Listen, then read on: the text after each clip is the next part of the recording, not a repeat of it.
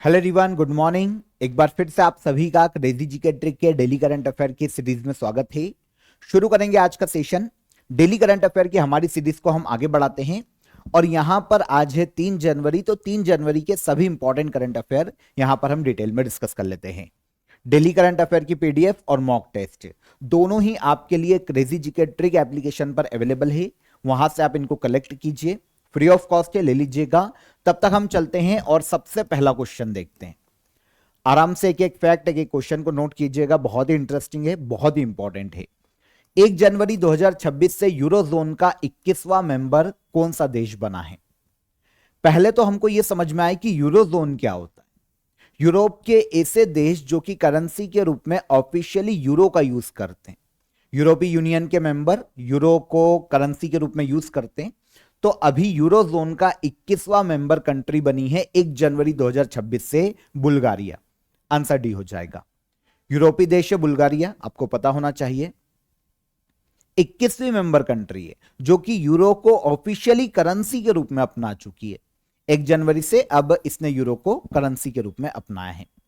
अब यहां पर देखिए दो अवधारणाएं, एक है यूरोपीय यूनियन और एक है यूरोजोन। यूरोपीय यूनियन में वर्तमान में 27 मेंबर है, लेकिन जरूरी नहीं है कि सारे मेंबर यूरो को ऑफिशियली करेंसी के रूप में यूज कर रहे हो। तो यहां पर 21वीं मेंबर कंट्री बन गया बुल्गारिया। 27 मेंबर कंट्री है यूरोपीय यूनियन में, लेकिन सब यूरो को ऑफिशियली करेंसी के रूप में यूज नहीं करती। यूरोजोन के जो मेंबर है ना, ये अवधारणा शुरू हुई थी 1999 में। पहली बार यह शुरू हुआ कि जो यूरोप में यूरो को ऑफिशियली करेंसी के रूप में अपनाएगा वो किसका मेंबर होगा? यूरोजोन का। अब यहां पर यूरोपीय यूनियन की बात करते हैं तो इसमें 27 मेंबर है। दुनिया का लगभग 5.5% पॉपुलेशन यूरोपीय यूनियन की जो मेंबर कंट्रीज है वहां पर रहती है, और दुनिया की जीडीपी में 14 से लेकर 17% तक योगदान यूरोपीय यूनियन की जो मेंबर कंट्रीज है उनके द्वारा दिया जाता है। तो जीडीपी में भी बहुत बड़ा योगदान है, हालांकि पॉपुलेशन बहुत कम होल्ड करते हैं यूरोपीय यूनियन के देश अगर वर्ल्ड से कंपेयर करें। यूरोपीय यूनियन की शुरुआत हुई थी 1993 में। एक ट्रीटी थी, ट्रीटी ऑफ मैसाचुसेट्स, इसके द्वारा 1993 में यूरोपीय यूनियन बना था। यूरोप के देश एक साथ आते हैं ताकि अपनी इकोनॉमी को बूस्ट कर सके, आपस में मिलकर ट्रेड को बढ़ा सके। यूरोपीय यूनियन का सबसे बड़ा देश है वर्तमान में जर्मनी।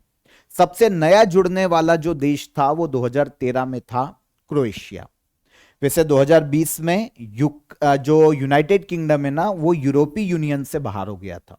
उसके बाद 27 मेंबर बचे हैं। पहले 28 थे, यूनाइटेड किंगडम बाहर हुआ, और अभी 2020 से मेंबर हैं 27 यूरोपीय यूनियन में। सबसे लेटेस्ट जो मेंबर कंट्री थी वो क्रोएशिया बना था 2013 में।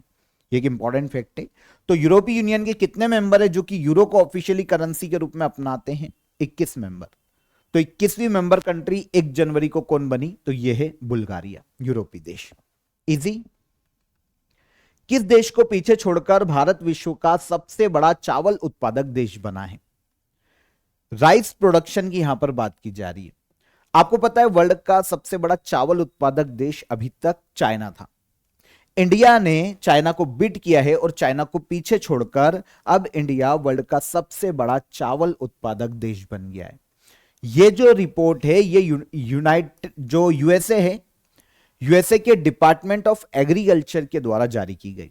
यूएसए का डिपार्टमेंट ऑफ एग्रीकल्चर, इसने दुनिया के सबसे बड़े चावल उत्पादक देशों की एक लिस्ट जारी की है, जिसमें इसने बताया कि 2025 का जो फाइनेंशियल ईयर था उसमें चाइना को पीछे छोड़ते हुए अब इंडिया वर्ल्ड का सबसे बड़ा राइस प्रोड्यूसर कंट्री है।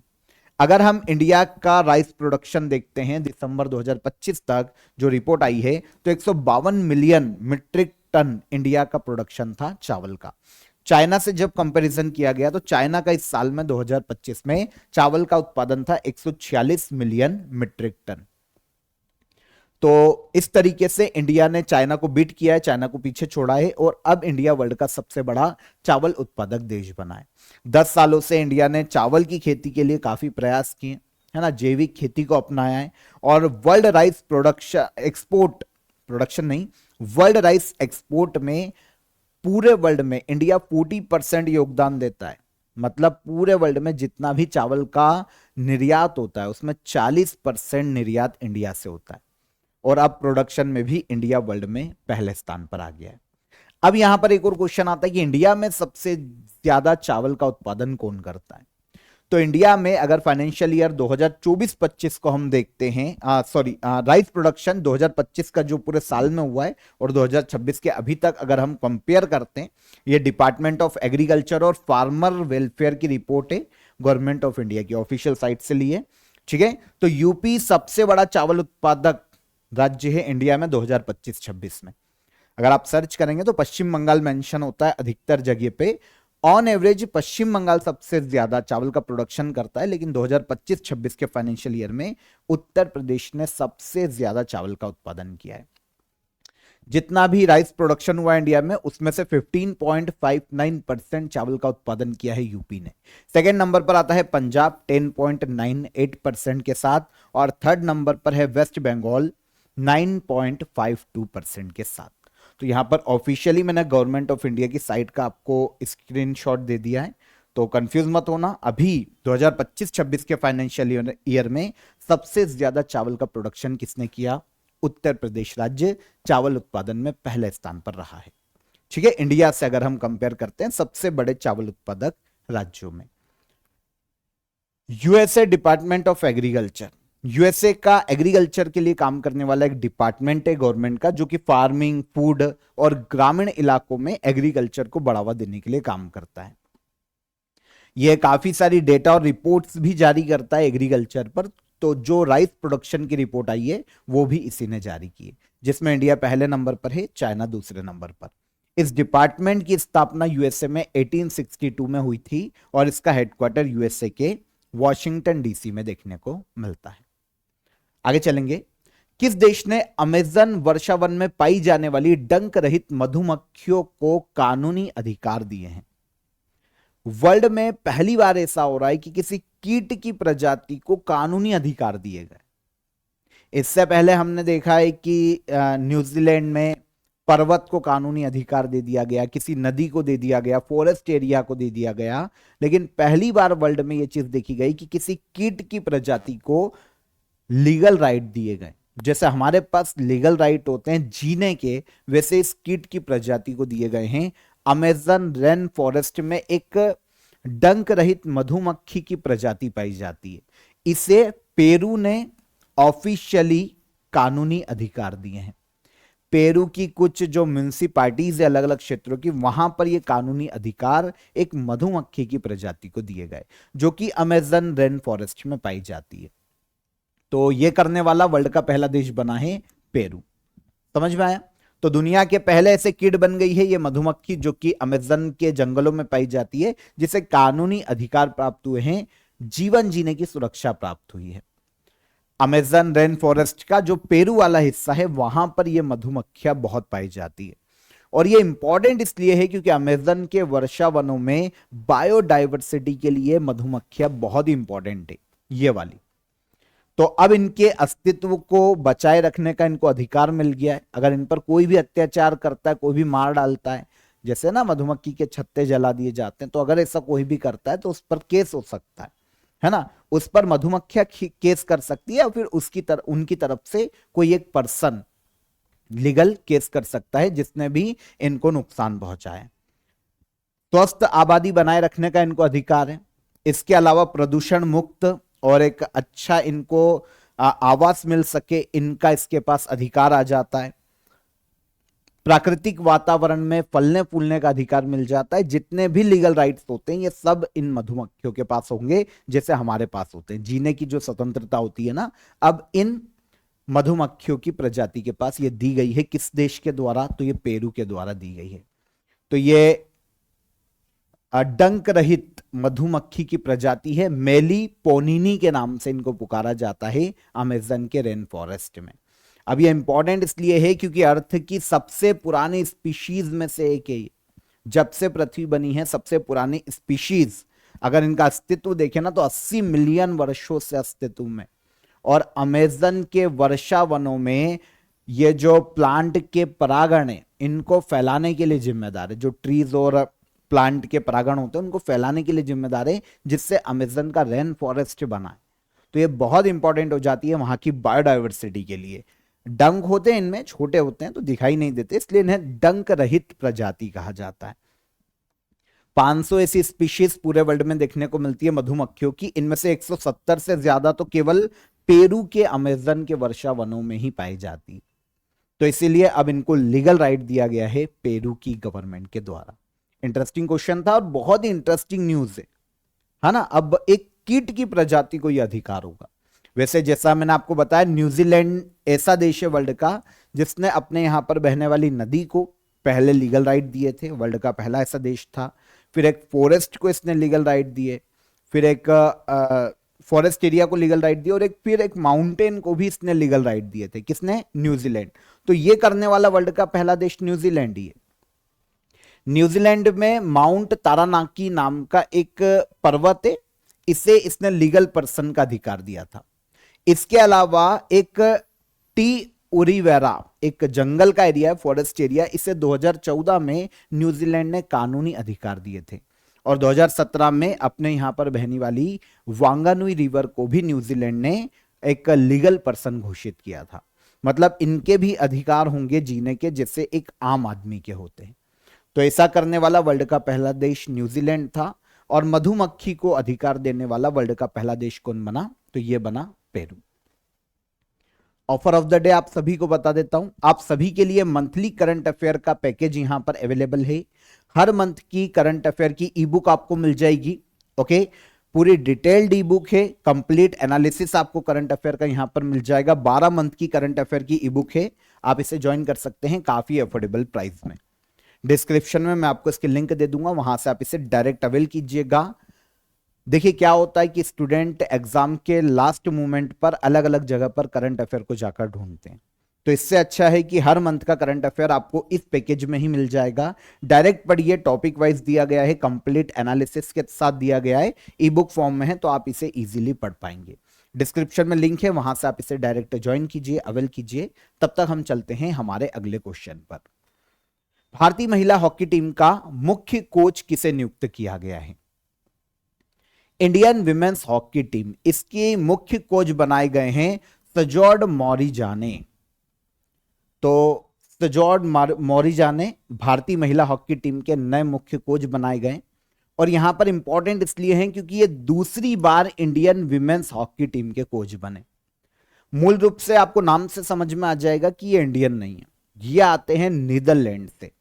नीदरलैंड के हॉकी कोच है, नीदरलैंड में ही इनका जन्म हुआ है। अब इनको इंडिया की जो विमेंस हॉकी टीम है उसका मुख्य कोच बनाया गया है। 2017 में भी 4 साल के लिए ये इंडियन हॉकी टीम के मुख्य कोच बने थे। 2021 में टोक्यो ओलंपिक हुआ था, 20 वाला था पर 21 में हुआ था कोविड के कारण। उसमें हमारी जो विमेंस हॉकी टीम है ना, वो चौथे नंबर पर रही थी। तो यहां तक पहुंचाने का श्रेय भी सजोन मौरिजाने को दिया जाता है, सजोन मौरिजाने को दिया जाता है। ठीक है ना। तो अब एक बार फिर से 2021 में इन्होंने अपने पद से इस्तीफा दे दिया था, फिर काफी अलग अलग मुख्य कोच बने। फाइनली हरेंद्र सिंह ये 2024 में इंडियन विमेन हॉकी टीम के कोच बने थे। लास्ट मंथ दिसंबर 2025 में हरेंद्र सिंह ने अपने पद से इस्तीफा दे दिया था, तब से कोच का पद खाली था। और अब एक बार फिर से सजोन मौरिजाने को भारतीय महिला हॉकी टीम का कोच एक बार फिर से नियुक्त किया गया है। ओके, तो 2017 में ये पहले इंडिया के मुख्य कोच रह चुके हैं हॉकी टीम के, विमेन हॉकी टीम के, और अब एक बार फिर से इनकी नियुक्ति की गई है। यहां पर क्लियर हो जाता है। ये इंडियन विमेन्स हॉकी टीम की बात कर लें, कैप्टन पूछा जा सकता है, तो कैप्टन है सलीमा टेटे। ये देखिए क्या होता है, हम इतनी बेसिक इंफॉर्मेशन को छोड़ देते हैं लेकिन ऐसे क्वेश्चन पूछे जाते हैं, क्योंकि इंडियन विमेन हॉकी टीम भी काफी सुर्खियों में रही है टोक्यो ओलंपिक के बाद। तो सलीमा टेटे इनकी कैप्टन है, झारखंड से आती है। 5वीं रैंक है हमारी वर्ल्ड रैंकिंग में हॉकी टीम की, विमेन्स हॉकी टीम की। सबसे बेस्ट परफॉर्मेंस देखें तो 1980 का जो ओलंपिक हुआ था और 2020 का जो टोक्यो ओलंपिक है, उसमें हमने 4th प्लेस प्राप्त किया था हमारी महिला हॉकी टीम ने। जीती नहीं, लेकिन यह भी बहुत बेस्ट परफॉर्मेंस है। इसके अलावा एशिया कप चैंपियन रही है इंडियन विमेन्स हॉकी टीम 2004 और 2017 में। हाल ही में घोषित कुशावती जिला किस राज्य का तीसरा जिला बनने जा रहा है? कुशावती जिले को नया जिला बनाने की घोषणा की है गोवा गवर्नमेंट ने। अब यहां पर यह सुन के आपको इंटरेस्टिंग लगेगा कि अभी तक गोवा में केवल दो ही जिले थे, एक नॉर्थ गोवा और एक साउथ गोवा, केवल दो जिले थे। अब गोवा के सीएम जो प्रमोद सावंत थे, उन्होंने अनाउंस किया है कि साउथ गोवा से अलग करके एक नया जिला बनाया जाएगा जिसका नाम है खुशावती। ओके, तो खुशावती जिला, कुशावती या खुशावती बोलने, गोवा का नया जिला बनने वाला है कुशावती। ठीक है, तो तीसरा जिला हो जाएगा, साउथ गोवा से अलग करके बनाया जाएगा। एक्चुअल में गोवा में एक नदी बहती है कुशावती रिवर, इसी रिवर के नाम पर इस जिले का नाम रखा गया है। दो ही जिले थे, अब तीसरा बनेगा। कुशावती जिले को सीएम ने आकांक्षी जिला योजना में शामिल किया है। भारत में ऐसे जिले जो कि बहुत ज्यादा पिछड़े है ना, जो क्षेत्र बहुत ज्यादा पिछड़े हैं, स्पेशली जिले, उनके विस्तार के लिए, उनके विकास के लिए उन्हें आकांक्षी जिले की जो योजना है उसमें शामिल किया जाता है। भारत के पीएम नरेंद्र मोदी ने 2018 जनवरी में एस्पिरेशनल डिस्ट्रिक्ट या आकांक्षी जिला नामक एक योजना शुरू की थी, जिसके तहत जो भी जिले पिछड़े हुए ना, उनको इस योजना में शामिल किया जाता है ताकि वहां पर जो बेसिक स्ट्रक्चर है, बेसिक इंफ्रास्ट्रक्चर ले लें, हेल्थ ले लें, एजुकेशन ले लें, उसको डेवलप किया जा सके। और स्पेशली राज्य की जो मशीनरी है, राज्य सरकार जो है, कैबिनेट जो है, उसके विकास में ध्यान दे पाए। तो यह नेशनल लेवल का एक योजना थी जिसे कहा जाता है आकांक्षी जिला योजना। 2018 में जनवरी में लॉन्च की गई थी। शुरुआत में 112 सबसे पिछड़े जिलों को इसमें शामिल किया गया था। और क्या होता है कि जो सेंट्रल गवर्नमेंट है ना, आकांक्षी जिलों को 15 करोड़ रुपए एडिशनल फंड देती है ताकि उन्हें डेवलप किया जा सके। तो कुशावती जिले को भी अब इसमें शामिल किया गया है, क्योंकि कुशावती जिले में 27% आबादी जो है वो ट्राइबल्स आबादी है, मतलब आदिवासी क्षेत्र वहां देखने को मिलते हैं, आदिवासी निवास करते हैं। तो ट्राइब से आते हैं 27% लोग, तो उनके विकास के लिए इस जिले को आकांक्षी जिले में शामिल किया जाएगा। तो तीसरा जिला हो गया कुशावती रिवर, वेस्टर्न घाट से इसका उद्गम होता है। नेत्रावली फॉरेस्ट एरिया जो कि गोवा में देखने को मिलता है, यहीं से ये नदी निकलती है, 35-40 किलोमीटर बहती है और अरेबियन सी में जाकर गिरती है, अरब सागर में। तो पूर्व से पश्चिम की ओर बहने वाली नदी है। इसी नदी के नाम पर गोवा में तीसरा जिला बना है, साउथ गोवा से अलग करके। ठीक है, गोवा की कैपिटल है पणजी। प्रमोद सावंत यहां के हो गए सीएम। विधानसभा सीटें हैं गोवा में 40, लोकसभा की 2 सीटें हैं और राज्यसभा की 1 सीट है गोवा में। आगे चलिए, भारतीय खाद्य निगम के अध्यक्ष और एमडी के रूप में किसे नियुक्त किया गया है? भारतीय खाद्य निगम, जिसे कहा जाता है food corporation of India. Bharat में फूड सिक्योरिटी को बढ़ाना, जो वेयर हाउस से अनाज को संरक्षित करने के लिए, उनके विकास के लिए काम करना। पीडीएस, पब्लिक डिस्ट्रीब्यूशन जो सिस्टम होता है, पीडीएस प्रणाली जो होती है, उनके माध्यम से अनाज सही ढंग से वितरित किया जा सके, इन सभी कामों को देखता है फूड कॉरपोरेशन ऑफ इंडिया। एक स्टेचुरी बॉडी है। इसके हाल ही में नए अध्यक्ष और एमडी के रूप में अपॉइंट किया गया है रविंद्र कुमार अग्रवाल को।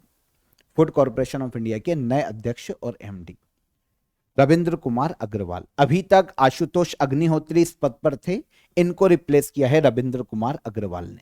वैसे ये मिनिस्ट्री ऑफ कॉरपोरेशन में एडिशनल सेक्रेटरी के पद पर अभी कार्यरत थे और अब इनको फूड कॉरपोरेशन ऑफ इंडिया का चेयरमैन और एमडी बनाया गया है। कौन है? रविंद्र कुमार अग्रवाल।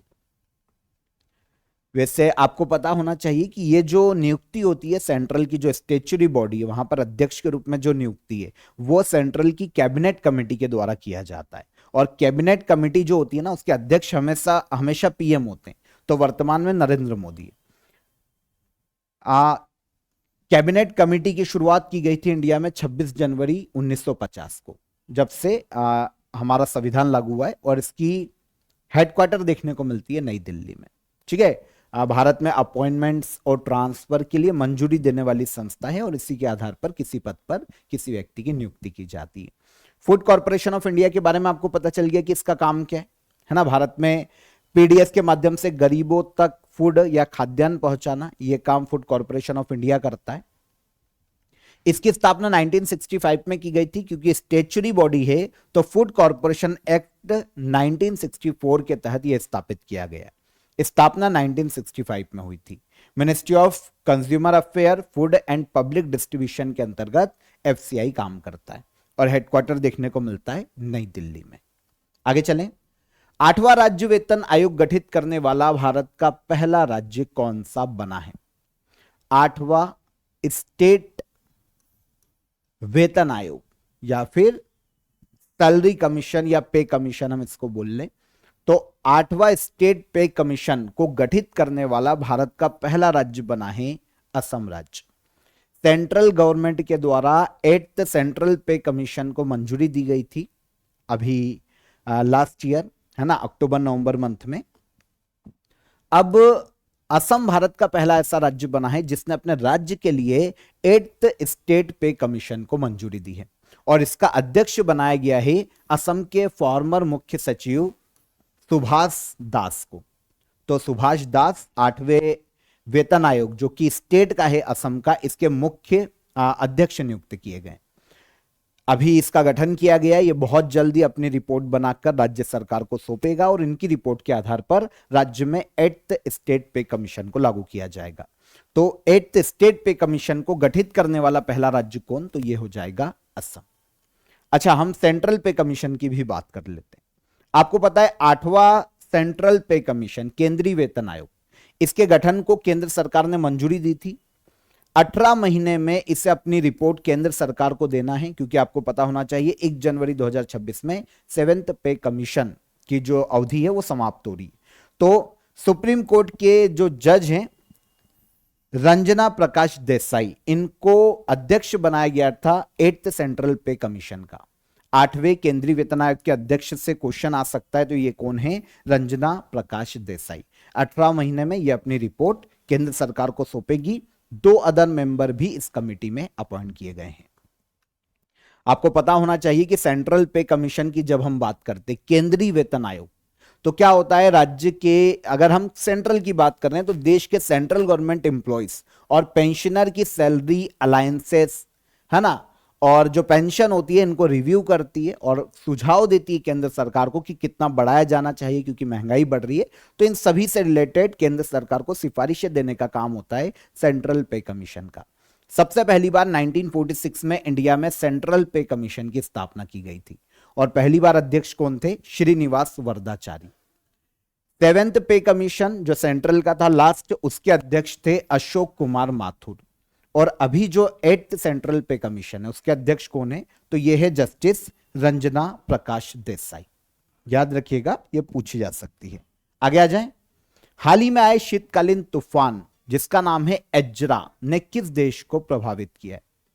शीतकालीन तूफान या एक विंटर स्टॉर्म आया है जिसका नाम है एज्रा, इसने प्रभावित किया है यूएसए को। नॉर्थ अटलांटिक ओशियन में यह विंटर स्टॉर्म देखने को मिला था पूर्व से पश्चिम की ओर, और यूएसए का जो पूर्वी एरिया है और कनाडा के कुछ एरिया को भी इसने प्रभावित किया है। स्पेशली यूएसए के पूर्वी एरिया में इसके कारण काफी तबाही हुई, बहुत सारे लोग इससे प्रभावित हुए हैं, कुछ लोगों की इसमें मृत्यु भी हुई है। यह विंटर स्टॉर्म है जिसका नाम है एज्रा। कहां पर आया है? तो ये यूएसए में देखने को मिला है। अगर आप यहां पर देखेंगे तो मैप छोटा है, मैं आपको बता देता हूं, ये यूएसए का एरिया आपको देखने को मिलेगा और ये अटलांटिक ओशियन में हमको देखने को मिला था, उत्तरी अटलांटिक। पूर्व से पश्चिम की ओर ये आगे बढ़ा और यूएसए को इसने सबसे ज्यादा प्रभावित किया। यूएसए में 60 मिलियन मतलब 6 करोड़ लोग इससे प्रभावित हुए थे। काफी लोगों की इस विंटर स्टॉर्म के कारण मृत्यु भी हुई है। तो विंटर स्टॉर्म एज्रा कहां पर आया था? तो उत्तरी अटलांटिक महासागर में। किस देश को इसने प्रभावित किया? तो इसने प्रभावित किया है यूएसए के पूर्वी एरिया को। ठीक है, इसे बम चक्रवात घोषित किया गया है। पहले तो समझो कि विंटर स्टॉर्म क्या होता है। यह तब बनता है जब जो आर्कटिक की ठंडी हवाएं हैं वो अटलांटिक ओशियन की नम और सर्द हवाओं से मिलती है, तो एक विंटर स्टॉर्म बनता है, बर्फीला तूफान बनता है और फिर वो प्रभावित करता है जिस भी एरिया से वो टकराता है। अब इजरा को बम चक्रवात कहा गया है, बम स्टॉर्म। ये इसलिए, या बम साइक्लोन इसलिए नाम दिया गया क्योंकि बम साइक्लोन ऐसे होते हैं जिसमें क्या होता है कि एटमॉस्फेरिक जो प्रेशर है वो 24 घंटे में बहुत तेजी से गिरता है, मतलब बहुत जल्दी होता है कि ठंडा होते जाता है लगातार, बहुत जल्दी प्रेशर नीचे गिरने लगता है, और इससे क्या होता है कि एक्सट्रीम वेदर की कंडीशन बन जाती है, बहुत ज्यादा ठंडक हो जाती है, बर्फीला क्षेत्र हो जाता है, इसे कहा जाता है बम साइक्लोन। तो विंटर स्टॉर्म एजरा को बम साइक्लोन घोषित किया गया है। यूएसए के पूर्वी एरिया को इसने प्रभावित किया। ठीक है, रिसेंटली जो साइक्लोन आए उसमें सबसे इंपॉर्टेंट हमारे पास साइक्लोन डिटवा था। कहां पर आया था? इंडियन ओशियन में आया था, और श्रीलंका के पूर्वी एरिया को सबसे ज्यादा प्रभावित किया था।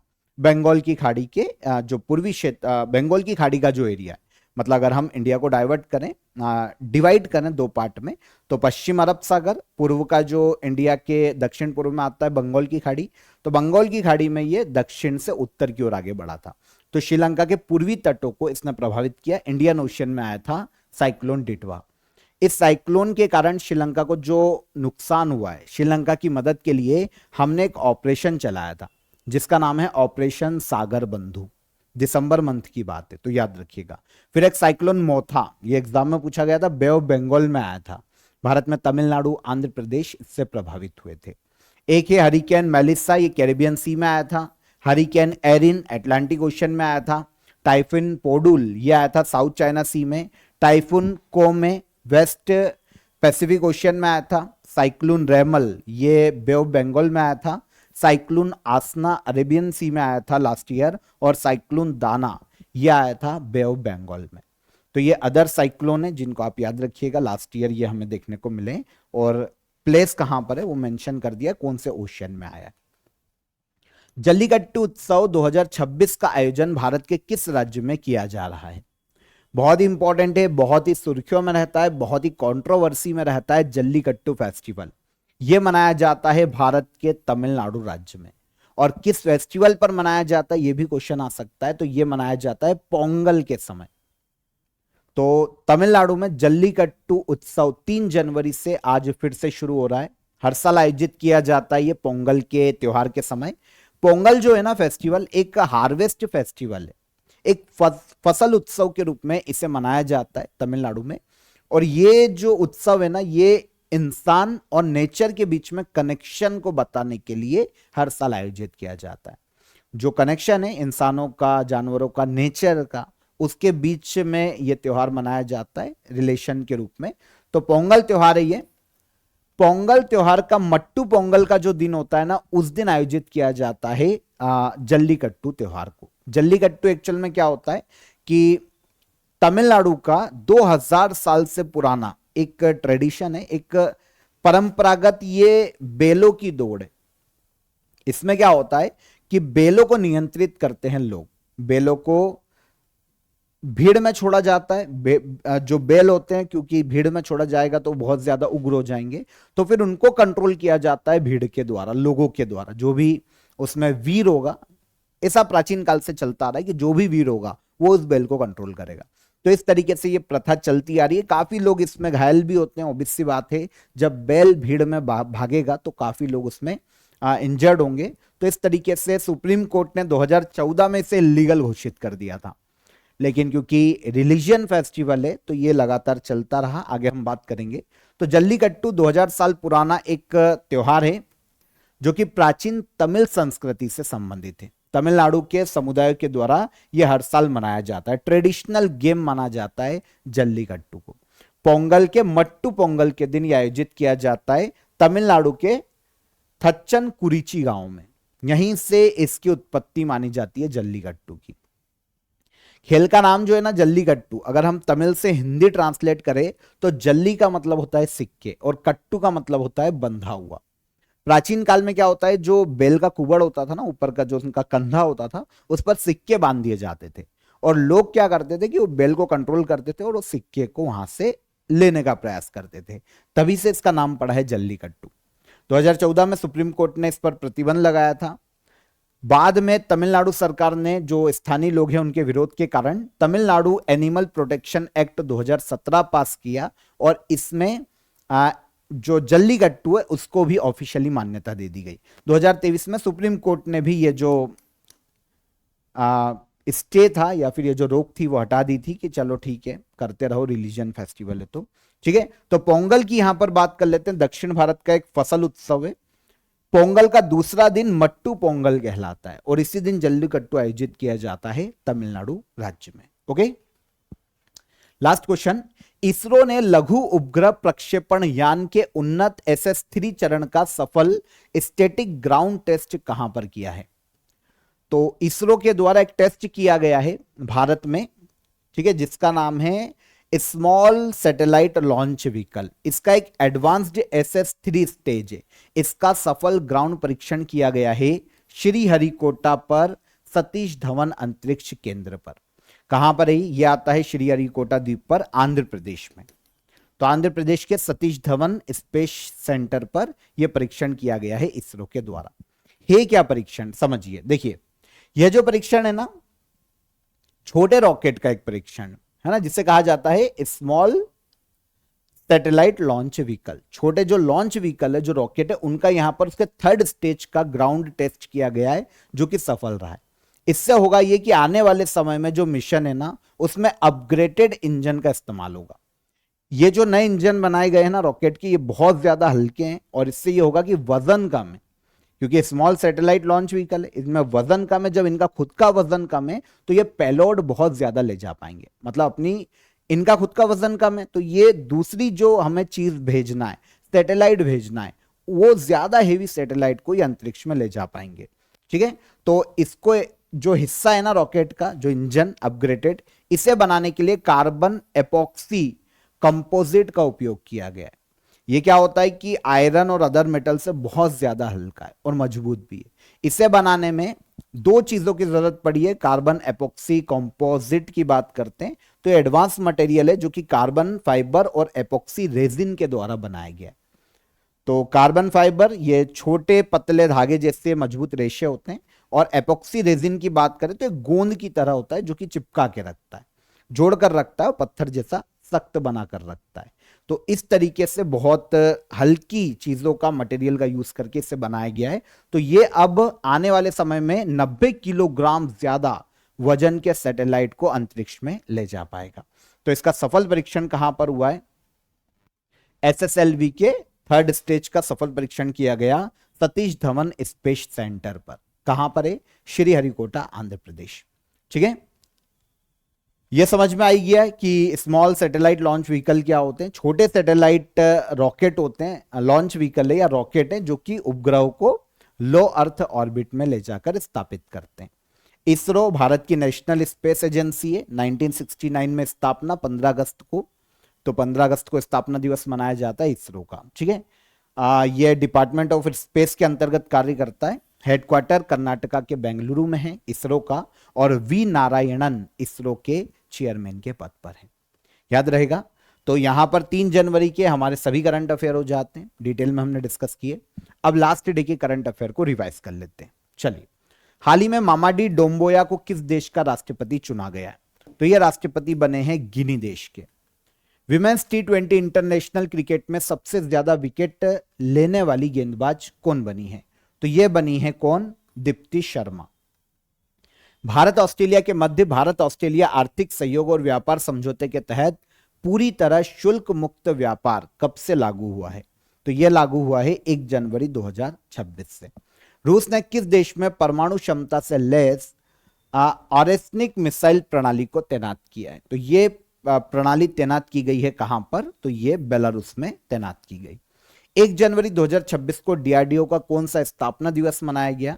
तो यह है 68 स्थापना दिवस। 13वें मोहम्मद बिन राशिद अल मखतूम इंटरनेशनल स्पोर्ट्स अवार्ड में वैश्विक आजीवन उपलब्धि पुरस्कार किसे दिया गया? तो यह दिया गया किसे? नोवाक जोकोविच को। दक्षिणी ध्रुव तक स्की करके पहुंचने वाली पहली भारतीय महिला कौन बनी है? यह बनी है काम्या कार्तिकेयन। चर्चा में रही अमायरा खोसला किस खेल से संबंधित है? तो यह है क्लाइंबिंग से संबंधित। किस IPS अधिकारी को नेशनल इन्वेस्टिगेशन एजेंसी के डायरेक्टर जनरल का अतिरिक्त प्रभार सौंपा गया? तो ये हो जाते हैं राकेश अग्रवाल। और कैमूर वन्यजीव अभ्यारण्य को टाइगर रिजर्व घोषित करने के प्रस्ताव को मंजूरी दी गई, यह किस राज्य से संबंधित है? तो ये संबंधित है किस राज्य से? बिहार राज्य से। ओके, ये सारे करंट अफेयर कल के सेशन के हमारे हो जाते हैं, रिवाइज कर लिए हमने।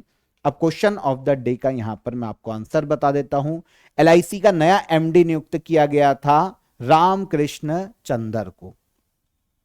भारत में जीआई टैग स्थापना कब की गई थी? जीआई टैग की स्थापना कब की गई थी? तो ये स्थापना की गई थी 2003 में, है ना। पहला जीआई टैग दिया गया था दार्जिलिंग की चाय को। फिर भारत में नेशनल पॉल्यूशन कंट्रोल डे हर साल कब मनाया जाता है? तो ये 2 दिसंबर को मनाया जाता है।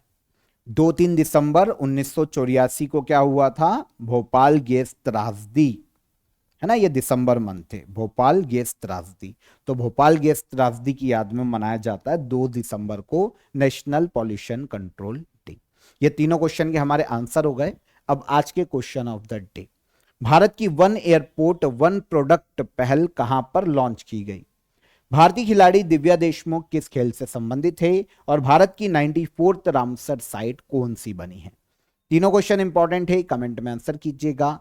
सेशन पसंद आए तो लाइक और शेयर कर दीजिएगा, और चैनल पर पहली बार आए हो तो चैनल को सब्सक्राइब कर लो। कल फिर मुलाकात करेंगे नेक्स्ट डे के करंट अफेयर में, तब तक ख्याल रखिए अपना। जय हिंद, जय भारत।